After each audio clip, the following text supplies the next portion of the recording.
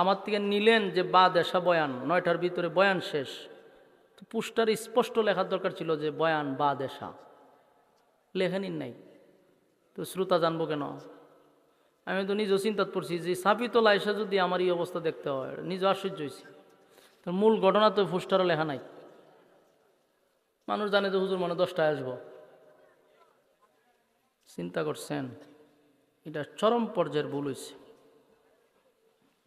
আচ্ছা যাই হোক, আমি আপনাদের সামনে যে সূরাটা তেলাওয়াত করছি, সূরাটার নাম হলো সূরায়ে জিলজাল।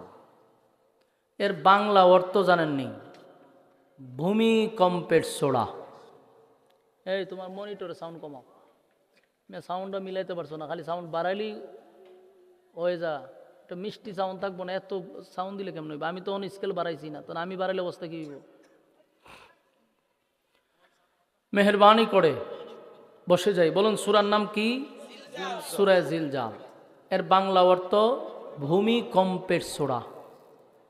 তাহলে আল্লাহ একটা সূরা নাজিল করছে যে সূরাটার নামই হলো ভূমিকম্প। সূরার নাম ভূমিকম্প। পৃথিবীতে এখন ভূমিকম্প হচ্ছে, কিন্তু এই ভূমিকম্পকে কেন্দ্র করে আল্লাহ সূরার নামকরণ করে নাই। এখন যেগুলা ভূমিকম্প হচ্ছে এটা বড় ভূমিকম্পের আলামত, শুধু জাস্ট আল্লাহ ইশারা দিচ্ছে যে বড় একটা ভূমিকম্প হবে। এখন কিন্তু বাংলাদেশে ভূমিকম্প হইতেছে, গোটা বিশ্বেই হয়, সামান্য সামান্য একটু লাড়া দেয়, আমরা মনে করি এটাই ভূমিকম্প। কিন্তু আল্লাহ এই ভূমিকম্পের জন্য এই সূরার নামকরণ করে নাই। ভূমিকম্প একটা বড় ধরনের হবে, আর এখন যেগুলা হচ্ছে এইগুলা ওই ভূমিকম্পের আলামত। কিয়ামতের আগে ছোট ছোট অসংখ্য ভূমিকম্প হবে, যেই ভূমিকম্পতে লক্ষ লক্ষ মানুষ মারা যাবে। বাংলাদেশে কিছুদিন আগে একটা সিগন্যাল দিছে না, যে সামান্য যখন 9 মাত্রার ভূমিকম্প হবে ডাকাতি মারা যাবে কয়েক লক্ষ মানুষ। কয়েক লক্ষ মানুষ ডাকাতি মারা যাবে যদি 9 মাত্রার হয়। বিল্ডিংগুলা কাগজের মতো হিল্লা পড়ব, বিল্ডিংয়ের তলে মানুষ পইরা পইরা মারা যাবে।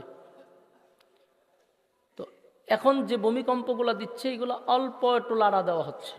আর এই ছোট ছোট ভূমিকম্প কেন হয়? যখন জমিনে পাপাচার বেড়ে যায়, যখন জমিনে গুনাহের প্রতিযোগিতা চলে, কার থেকে বেশি কে গুনাহ করবে এই নিয়ে প্রতিযোগিতা হয়, জেনা বেবিচার হয়, তখন আল্লাহ জমিনে ভূমিকম্প দেয়। এই ভূমিকম্পগুলা, এই ক্ষতিগুলা আমরা নিজের হাতে ডেকে আনি। এই জন্য গুনাহ যদি কমে যায় ভূমিকম্প কমে যাবে। তো কিয়ামতের আগে অনেক ভূমিকম্প হবে, যেটাকে আমরা বড় ভূমিকম্পটাকে বলি কিয়ামত। কিয়ামত কিন্তু 2 প্রকার, একটা হলো কিয়ামতে সুগরা, একটা হলো কিয়ামতে কুবরা। একটা ছোট কিয়ামত, একটা বড় কিয়ামত। ছোট কিয়ামতটা হলো যার যার কিয়ামত, ব্যক্তিগত কিয়ামত। আরেকটা কিয়ামত আছে সমষ্টিগত কিয়ামত। বলুন, একটা কিয়ামত ব্যক্তিগত, আরেকটা কিয়ামত সমষ্টিগত। আপনারা যারাই বসছেন আলোচনা শোনার জন্য মনোযোগ দিয়ে শুনেন। আমি একটা বিষয়ের উপরে আলোচনা করতেছি, বিষয় ছাড়া কোনো আলোচনা শূন্যও লাভ নাই। কেন লাভ নাই? এখানে কতক্ষণ, ওখানে কতক্ষণ, এখানে কতক্ষণ, তো আপনি বুঝলেন কি কোন সাবজেক্টের উপরে? এইগুলার আলোচনার কোনো গুছালো হয় না। একটা সাবজেক্টের উপরে আলোচনা শুনেন, বাড়িতে আলোচনাটা নিয়ে যেতে পারবেন, তাহলে আপনার মাথায় আলোচনাটা ঘুরবে। এখন এখানে কতক্ষণ দিলাম, ওখানে কতক্ষণ, শেষ করলাম গিয়া কক্সবাজার, তো এই আলোচনার কোনো মানে আছে? এই জন্য আর আলোচনা শোনার সময় ভূমিকাটা মনোযোগ দিবেন, তাহলে আপনি বুঝতে পারবেন যে সাবজেক্টটা কোন দিকে যাইতেছে। এই জন্য কয়েক মিনিট 10 মিনিট সময় ভূমিকাটা মনোযোগ দিয়ে শুনলে সাবজেক্ট বুঝতে সুবিধা হবে। আসুন তাহলে আগে আমরা বুঝি কিয়ামত প্রথমত 2 প্রকার, একটা হলো ছোট কিয়ামত, একটা হলো বড় কিয়ামত। তো বড় কিয়ামত যেটা এটা হলো সমষ্টিগত, ছোট কিয়ামত যেটা এটা ব্যক্তিগত। এখন প্রশ্ন হলো ব্যক্তিগত কি? বলে ব্যক্তিগত কিয়ামত হলো মাতা ফাকাত কামাত কিয়ামত হোক, যে যখন মারা যাবে তার কিয়ামত তখন থেকে শুরু হবে। আমার কথা বুঝেননি আপনারা? আমি যদি এখন স্টেজে মারা যাই, স্টেজে তো মানুষ মারা যায় নাকি? কিছুদিন আগে একটা ভিডিও দেখছেন, আফসোস, ভয় লাগে। ওয়াজ করতেছে উনি, বক্তা মানুষ ওয়াজ করতেছে, এই ওয়াজ করতে করতেই উনি মারা গেছে। তাহলে 1 সেকেন্ডের যে কোনো ভরসা নাই, এটা তো আমরা বুঝতে পারছি, ঠিক না? দেরিতে হইলে বুঝছি, সেকেন্ডের কোনো ভরসা নাই। বক্তা উনি ওয়াজ করতেছে, জানে যে আজকে জীবনের শেষ কথা, স্টেজে ওয়াজ করতে করতে ওয়াজ করে গেছে, মারা গেছে। দুনিয়া ক্ষণস্থায়ী, এটা চিরস্থায়ী না। আর 1 সেকেন্ডেরও কোনো ভরসা নাই, এটাই বাস্তব, কোনো ভরসা নাই। আমি ওয়াজ করে এখন স্টেজ থেকে নামতে পারবো, এটার কোনো গ্যারান্টি আছে? আমরা যেখানে বসছেন এখান থেকে উঠতে বাড়িতে যাইতে পারবেন, কোনো গ্যারান্টি আছে নাই? কারণ এখন হঠাৎ মানুষ স্টক করে, ব্লক করে, জিগাইলে কিভাবে কয় স্টক করছে, আসলে কিন্তু স্টক মক কিছু না, হায়াত শেষ। সুস্থ মানুষ, একেবারে সুস্থ, ঘর থেকে বাইরে বাজারে গেছে, রাস্তাত বলে স্টক করছে, এই জায়গাতেই শেষ। ওয়াজ করতেছে বক্তা, জিজ্ঞাসা করা হয়েছে পরে যে কি ঘটনাটা কি করছিল, কোন স্টক করছে, ওয়াজের মধ্যে স্টক করে লিছে। বোঝা গেল স্টক মুখ কিচ্ছু না, আল্লাহ নিতেছে, একটা নাম দিয়া নেয় আহি ঠিক না? আজরাইল আল্লাহরে কইছিল, আল্লাহ আপনি যে আমার এই দায়িত্ব দিয়েছেন, মানুষে তো আমার গালি লইব, মানুষ আমার খুব গালাগালি করবে, আল্লাহ হয়তো ওরা কিছু জিগাইতো না, তোর নাম হোমেন চলিত না। আচ্ছা কোন তো কেউ মারা গেলে কেউ কয় যে কেমনে মারা গেছে, বলে আজরাইল লয়ে গেছে, এই কথা কয় নাই, কয় বেচারা স্টক করছে, বেচারা হঠাৎ করে ব্লক করে লেছে, হার্ট অ্যাটাক করছে, বিভিন্ন নাম দিয়া এটার উপরে চালায় দেয়, কিন্তু আজরাইলের কোনো দোষ নাই। অথচ রুহু নেকে মালাকুল মউত, রুহু নিয়ে যায়, কিন্তু তারে কোনো দোষে পায় না। ঠিক তেমনিভাবে যখন মানুষ মারা যায় তখন তার কেয়ামত শুরু। এটার হয় ব্যক্তিগত কেয়ামত, যার যার কেয়ামত। তাহলে আমরা কেয়ামত 2 প্রকারের মধ্যে 1 প্রকার পাইলাম, যে ব্যক্তিগত একটা কেয়ামত আছে। আমার কেয়ামত আমার মরার পর থেকে শুরু, আপনার কেয়ামত আপনার মরার সাথে সাথে শুরু, ব্যক্তিগত কেয়ামত। আরেকটা কেয়ামত হইল সমষ্টিগত, যেই কেয়ামতটা হবে একটা বাঁশির মাধ্যমে, অনুফিখা ফিস সূর, বাঁশিটাকে সুর বলা হয়, আমরা যেটাকে সিঙ্গা বলি। এই সিঙ্গার মাধ্যমে আল্লাহ বাঁশি বাজায় দিবে, আর ওই কেয়ামতটা হবে সমষ্টিগত কেয়ামত। বিশ্ব পরিস্থিতির পরিসমাপ্তি ঘটে যাবে। ওই বাঁশির যখন ফু দিবে তখন আর কিছু থাকবে না। আল্লাহ যখনই ইসরাফিলকে বানাইছে, বানানোর পরেই তার হাতে বাঁশি ধরাইয়া দিছে। 1 সেকেন্ডের জন্য উনি বাঁশি সরায়ও নাই, 1 সেকেন্ডের জন্য কোথাও তাকায়ও নাই, এই লইয়া দাঁড়ায় আছে, খালি অর্ডার দিব আর ফু মারব। ইসরাফিলকে আল্লাহ সৃষ্টি করার পরে এই পর্যন্ত উনি একবার সিঙ্গা সরাইয়া কথা বলছে, কয়বার? জোরে হয় না? 1500 বছর আগে একবার ইসরাফিল তার সিঙ্গা সরাইছে, সরাইয়া কথা বলছে। এই সিঙ্গাটাও যার হাতে ছিল ইসরাফিল, আর যার কারণে সরাইছে উনি হলেন সমস্ত নবিকুলের সম্রাট নবী মুহাম্মদুর রাসূলুল্লাহ সাল্লাল্লাহু আলাইহি ওয়াসাল্লাম। সুবহানাল্লাহ। চিন্তা করেন, ইসরাফিল সিঙ্গে ফু দিয়ে রাখছে হাজার হাজার হাজার কোটি বছর, কিন্তু নবীর কথা অনুযায়ী একদিন সিঙ্গা সরাইছে। আল্লাহ যখন তার বন্ধুরে ইনভাইট করছে 7 আসমানের উপরে, বন্ধুরে বন্ধু ইনভাইট করে নিছে, তো যতটা আসমানে উঠছে প্রত্যেকটা আসমানে এক একজন ফেরেশতার সাথে আল্লাহ রাসূলের কথা হইছে, দেখা হইছে, সবার সাথে সালাম বিনিময় হইছে, কথাবার্তা হইছে। ইসরাফিলের অফিসে যাওয়ার পরে ওনারে সালাম দিচ্ছে রাসূল 3 বার, উনি উত্তর দেয় না। আল্লাহর পয়গম্বর, আল্লাহর পরে যার সম্মান আর মর্যাদা, সেই নবী সালাম দিল 3 বার, ইসরাফিল উত্তর দেয় না। আল্লাহ রাসূলের এটা মাইন্ডে লাগার কথা যে সব ফেরেশতারা সালামের উত্তর দিল, এই বেচারা আমার ভাই চায়ও না, তাকায়ও না, উত্তরও দেয় না। রাসূল বুঝতে পারছে কেন সে উত্তর দেয় না। আল্লাহ রাসূল তখন বলে, ইসরাফিল, তুমি আমার সালামের উত্তর কেন দেও না আমি বুঝতে পারছি। তুমি যেটা ভাবতেছো এটা কখনো হবে না।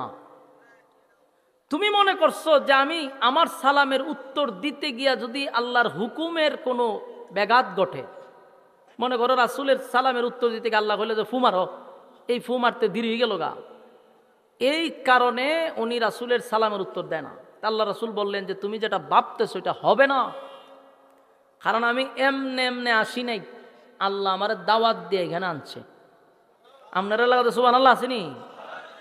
থাকলে কইবেন রেখে দিছেন কে রে, না মেয়াজির লেগে রেখে দিছেন? তো রাসূল সাল্লাল্লাহু আলাইহি সাল্লাম বললেন যে তুমি সালামের উত্তর দিতে পারো, কারণ আমার দাওয়াত দিয়া আইনা আল্লাহ তোমার অর্ডার দিবে না যে পৃথিবী ধ্বংস করে লাও, এই অর্ডার তোমাকে দিবে না। যেই রাসূলই কথা কইছে, ইসরাফিল সিংহা সরাইছে, সুবহানাল্লাহ। সরাইয়া কয় সালামের উত্তর দেওয়া শুরু করলো।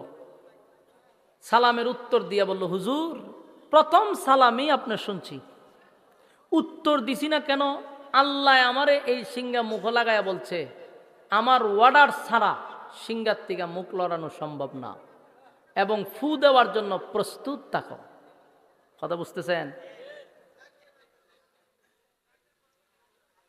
সম্মানিত সুধী, আপনারা বাহিরে যারা আছেন ভাই সাহেব কথা কইন না, আপনারা ভলান্টিয়ার যারা আছেন এই জায়গাটা একটু ক্লিয়ার করেন, কেউ যেন এখানে দাঁড়ায় কথা না বলতে পারে।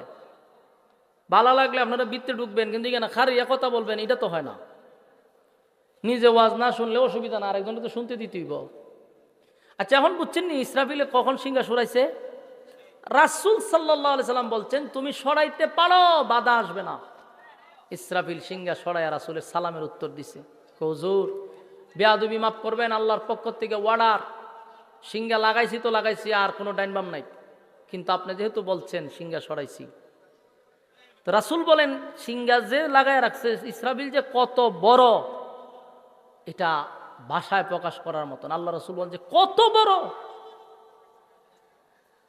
আসমান থেকে জমিন পর্যন্ত তার যদি খালি বডিটা ওই হয় তাহলে মাথা কত বড়, মাথা যদি এত বড় হয় যে সিংহা লইয়া রাখছে এটা কত বড়। সুবহানাল্লাহ। ইসরাফিল আলাইহিস সালাতু ওয়াস সালাম সিংহা নিয়ে রাখছে ফুয়ের অপেক্ষায়। তা আল্লাহ বলেন বিশ্ব পরিস্থিতির পরিসমাপ্তি আমি একদিন গঠায়া দিব, যেদিন আমি গঠায়া দিব কুল্লু মান আলাইহা ফান, সব ধ্বংস করে দিব, কোনো কিছু থাকবে না। ওয়ায়াবকা ওয়াজহু রাব্বিকা যুল জালালি ওয়াল ইকরাম, একমাত্র আল্লাহ ছাড়া সব ধ্বংস। কথা বুঝতেছেন? তো কখন ধ্বংস করবে? এই জমিনে যখন পাপাচার শুরু হবে। এই জমিনে আল্লাহ রাখছে শুধু আল্লাহ বলনেওয়ালাদের জন্য। আল্লাহ জমিন টিকায় রাখছে আল্লাহ বলনেওয়ালাদের জন্য। যেই সময় জমিনে আল্লাহ বলনেওয়ালা থাকবে না, জমিন আল্লাহ রাখবে না, এটাই আল্লাহর সিদ্ধান্ত। পাপাচার বেড়ে যাবে, গুনাহ বেড়ে যাবে, গুনাহের প্রতিযোগিতা চলবে। বর্তমানে কি গুনার প্রতিযোগিতা চলেনি মনে করে? কুত্তা বিলার রক্তের দাম থাকবে, মানুষের রক্তের দাম থাকবে না। বাস্তব না বাস্তব? দেখেন না, কুত্তা মেরা লিছে 7টা না 8টা মারছে, এটা জঘন্যতম অপরাধ করছে, মহিলার শাস্তি দেওয়া অবশ্যই জরুরি। কিন্তু আমাদের দেশে তাৎক্ষণিক কুত্তা মারার মামলায় গ্রেপ্তার করা হয়, কোনো মিনিট লাগে না, সাথে সাথে গ্রেপ্তার। কুত্তা মেরে লিছে, অপরাধ, ধরে লিছে, ধরে জেলে ভরে দিছে। কিন্তু এই দেশের কত মানুষকে জায়গায় রাস্তায় গুলি করে মারতেছে, কত মানুষকে মারতেছে, মানুষ গুম হচ্ছে, মারতেছে, প্রকাশ্যে মার্কেটে গিয়ে গুলি করতেছে। দর্শন তো সেঞ্চুরি। এমনকি দেখেন ঘরের ভিতরে ঢুকিয়া বুয়া সাজ্জা ঘরের ভিতরে ঢুকছে, কাজের মহিলা সাজ্জা ঘরের ভিতরে ঢুকছে, ঢুকিয়া মা মেয়েরে হত্যা কইরা আবার স্কুল ড্রেস কইরা করতে পারি গেছে। বাংলাদেশে কি পরিমাণ খুন খারাপি, বিভিন্ন জায়গায় মারামারি হানাহানি হচ্ছে, এগুলা সহজে কিন্তু দইরা মামলা দেয় না, অত তাড়াতাড়ি হয় না। কিন্তু কুত্তা মেরালে যেটার মামলা হইতেইব। সব সাংবাদিকরা বোঝা যায় কুত্তা লইয়া হন এরা ব্যস্ত, সাংবাদিকরা কুত্তা লইয়া ব্যস্ত। এই হলুদ সাংবাদিকরা কুত্তা নিয়ে নিউজ যেই পরিমাণ করছে, মানুষরে যে মারতেছে রাস্তাঘাটে, মানুষ দিয়ে হেনস্থা হচ্ছে, প্রতিদিন দর্শন হচ্ছে, এটা নিয়ে এত লেখালেখি করে না, কুত্তা লইয়া যে লেখালেখি করছে। ঠিক না বেটি? এইগুলো আমাদের দেশের পরিস্থিতি। তা আল্লাহর রাসূল আগেই বলে গেছে যে কুত্তার রক্তের দাম থাকবে, মানুষের রক্তের দাম থাকবে না। আজকে সমাজে মানুষের রক্তের দাম নাই, মানুষ মাইরা ফেলায় দেয়, বিচারই হয় না। আল্লাহ হয় যখন পাপাচার বেড়ে যাবে, জানা বেবিচার বেড়ে যাবে, তখনই আমি ইসরাফিলকে বলবো বাঁশি বাজায়া দে। ওই আল্লাহ কোরআনে ৯৯ নম্বর সূরা, সূরা জিলজাল, যে সূরাটার নামই হলো ভূমিকম্পের সূরা। আল্লাহ বলেন